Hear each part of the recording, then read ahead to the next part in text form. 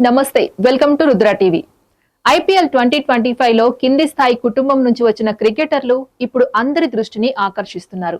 వారు ఎవరో కాదు, విఘ్నేష్ పుత్తూర్, సత్యనారాయణ రాజు, రాబిన్ మీన్స్. వీరు తమ తొలి మ్యాచ్ లో చెన్నై సూపర్ కింగ్స్ చేతిలో ఓడిపోయినప్పటికీ విఘ్నేష్ పుత్తూర్, సత్యనారాయణ రాజు, రాబిన్ మీన్స్ లాంటి యువ క్రికెటర్ల ప్రతిభ ఆకట్టుకుంది. ముఖ్యంగా విఘ్నేష్ పుత్తూర్ అద్భుతమైన బౌలింగ్ తో అందరి దృష్టిని ఆకర్షించాడు.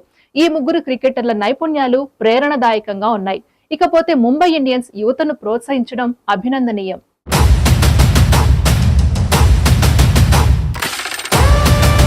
ఐపీఎల్ 2025 లో ముంబై ఇండియన్స్ తమ మొదటి మ్యాచ్ ను ఆదివారం ఆడేసింది.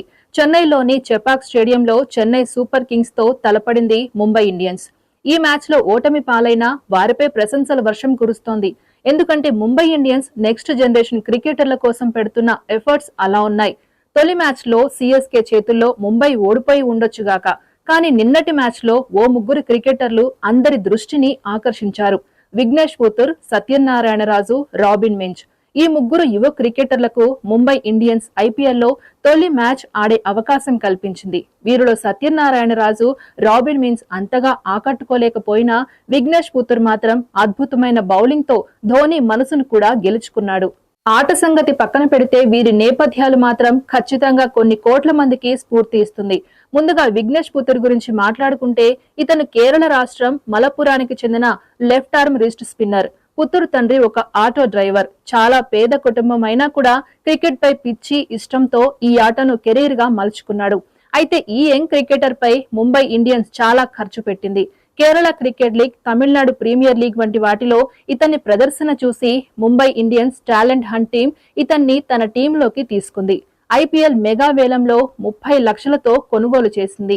అలాగే ఇటీవల సౌత్ ఆఫ్రికాకు పంపించి మంచి ట్రైనింగ్ ఇప్పించింది. దాని ఫలితమై సిఎస్కే లాంటి స్ట్రాంగ్ టీంపై 3 వికెట్లు సాధించాడు. రుతురాజ్ గైక్వాడ్, శివం దూబే, దీపక్ హుడా లాంటి కీలక వికెట్లు పడగొట్టాడు.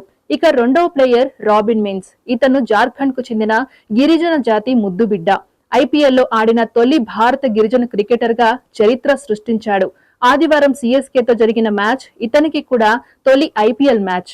నిజానికి 2024లో ఇతన్ని గుజరాత్ టైటాన్స్ కొనుగోలు చేసిన బైక్ యాక్సిడెంట్ లో గాయపడడంతో ఆ సీజన్ కు దూరమయ్యాడు. తిరిగి కోలుకున్న మిన్స్ ను ఐపీఎల్ మెగా వేలంలో ముంబై ఇండియన్స్ 65 లక్షలకు కొనుగోలు చేసింది. రాబిన్ మిన్స్ తండ్రి ఒక సాధారణ private security guard.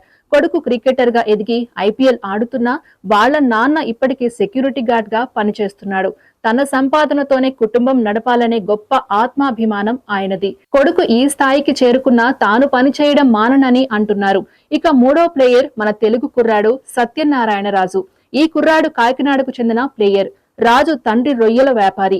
Puttur Minz అంత పేదరికం కాకపోయినా సాధారణ మధ్యతరగతి కుటుంబం నుంచి వచ్చిన వ్యక్తిగా సత్యనారాయణ రాజు గురించి చెప్పుకోవచ్చు. ఇతన్ని ముంబై ఇండియన్స్ 30 లక్షల బేస్ ప్రైజ్ కు కొనుగోలు చేసింది. ఇలాంటి యువ క్రికెటర్లను ప్రోత్సహిస్తూ ఐపీఎల్ లాంటి ఒక పెద్ద క్రికెట్ ప్లాట్ఫామ్ పై అవకాశం ఇవ్వడం నిజంగా గొప్ప విషయం. వాళ్లకున్న వ్యాపార విలువలు వాళ్ళకి ఉన్న యువ క్రికెటర్లను ఎంకరేజ్ చేయడం వల్ల భవిష్యత్తులో ఇండియాకు కూడా మంచి క్రికెటర్లను అందించిన వాళ్ళు అవుతారు. డొమెస్టిక్ క్రికెటర్ లో ఎంత మంచి ప్రదర్శనలు చేసినా వచ్చే గుర్తింపు కంటే ఐపీఎల్ లో మెరిస్తే వచ్చే గుర్తింపు ఎక్కువగా ఉంటుంది.